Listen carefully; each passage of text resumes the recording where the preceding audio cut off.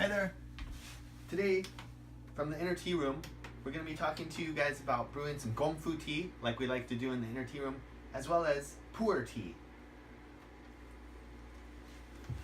It's just about the end of the year here, and it's pretty cold. This type of weather, I really like to drink puer tea. It's very soothing and rich, earthy. And I always say that puer tea is a good tea for people that like to have their hands in the dirt. Now what I've done is I've just cut open this bag. This is a 1 ounce bag of cooked Lotus. And after I cut it open, I'm going to try and portion out a little bit of tea here into my tea scoop. You don't have to use a tea scoop, but it is a convenient tool in helping you measure out the right amount of tea, as well as scoop tea into your tea brewing device. Let's see here. How much tea should we use? There isn't really a right answer to this, and you know, for the most part, I would just say don't use too much to start, and after you get used to a certain amount of tea and you feel like that might be a good amount, you might want to adjust. Maybe you make it say, if you start with less, then that way you won't run the chance of making the tea too strong and wasting some tea. But you can start with less, and then as you get comfortable with that amount, add a little more as you go. Each time you add a little teeny bit more, and you kind of eye it. If you really want to be precise, you can weigh it. But generally, I would just recommend, that's the best, is if you weigh it and you get an idea for how much volume, or what is 3 grams of tea, or what is 5 grams of tea, or what is 6 grams of tea, or 8 grams of tea look like in this type of tea. And with each tea, you'll notice it's a different amount of tea. It's a different volume. And so that's one of the things that when we're brewing loose leaf tea, since it's not pre-weighed like a tea bag, that's one of the things we have to get used to. And for the most part, I think that amount of tea is really up to you. You know, if you want a little stronger tea, you can add a little more. If you want the tea to be a little lighter, just use a little less. And so now I'm going to show you guys, after I open a bag like this, typically I'll just fold it up, give it a couple of folds, and then I will take a rubber band and wrap it around that. And then I can store this like so in the cupboard, in my tea cabinet, or in a box of other bags of tea like this. But I'm going to just set this over here. Now I'm going to be brewing the gong fu tea today with a 120 milliliter gaiwan. This is a really useful tea tool. You can brew so many different kinds of tea in this tea tool, in the gaiwan. And the lidded cup is what gaiwan stands for. A lidded cup, lidded bowl. First step, we're going to preheat. Now when I was in Taiwan, I was really interested in brewing tea, learning how to brew tea. And so I learned from some tea teachers there. And a lot of the stuff they were teaching me about what what falls into the category of cha-yi, or tea art. Now, this isn't an essential aspect, but I find it to be very fun to participate in, and to use some of the fun tea tools and sort of techniques that have been taught to me over the years. Alright, so now we have our tea in the preheated gaiwan lidded cup. Now I'm going to use this water, and I will go ahead and heat the aroma cups and my drinking cup. And a lot of times with puer, especially cooked puer like this that I'm about to brew, I won't even bother using aroma cups. It's not the most floral or like light, pleasant aroma, but it's a fun tea to have the aroma experience with as well.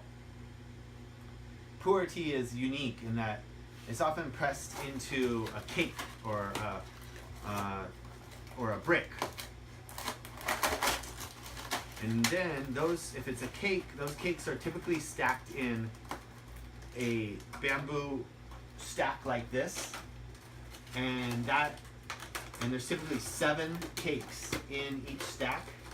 I'm gonna try and unwrap this here to show you what a Puer cake looks like, in case you haven't seen that before.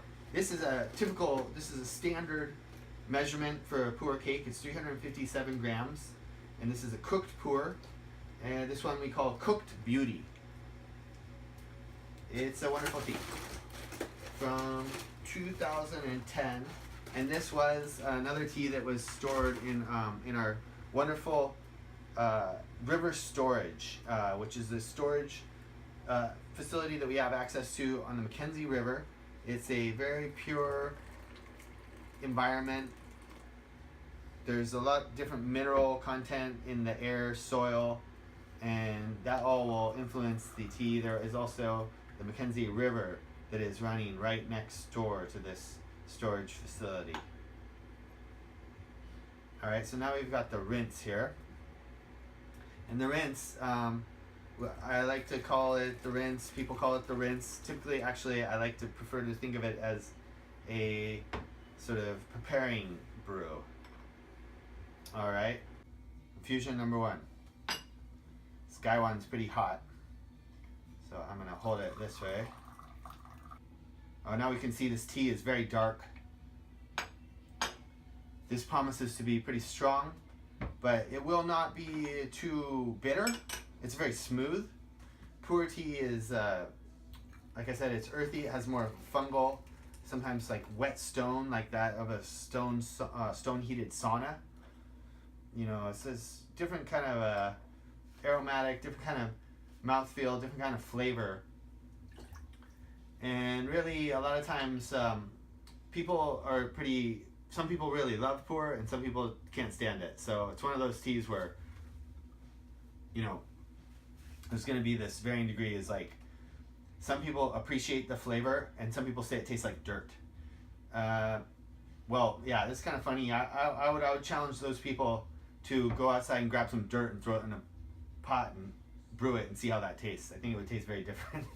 But yes, I understand that it is earthy to your health. Ah, this is a wonderful tea. I love this one. In fact, the one I showed you is Cooked Beauty, but this one is called Cooked Lotus. And it is of the highest grade leaf.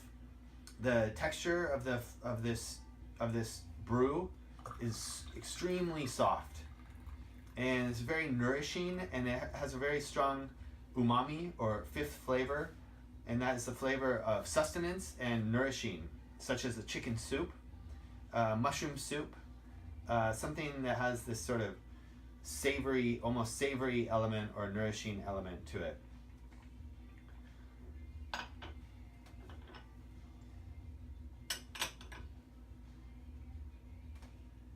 So, this is some strong tea to fortify us for this cold winter months. And basically, now that we have this picture, I can share this with each one of my guests, and that tea will go very quickly, and then you can re-steep, steep and re-steep. Several infusions later, you'll start to see this liqueur lightening in color and flavor. And so at that point, you know, if you still enjoy it, you can keep brewing it. But if you want to switch, then you can switch. Another great thing about a Gaiwan, since it's made of porcelain, it does not absorb the flavor of the tea into the Gaiwan. Instead, you can now switch to, say, even a jasmine green or a high mountain oolong. Any of these teas, you can switch from tea to tea to tea, and there won't be any residual flavor left over from the previous brew. So it's very convenient in terms of if you want to have one brew tool to brew several teas. I would definitely recommend starting with the Gaiwan for your Gongfu tea adventures. Well, welcome to another edition of the Inner Tea Room, and we hope this episode has been informative, and we look forward to brewing tea with you in the near future. Have a wonderful new year if we don't see you again before 2018, and I look forward to seeing you then.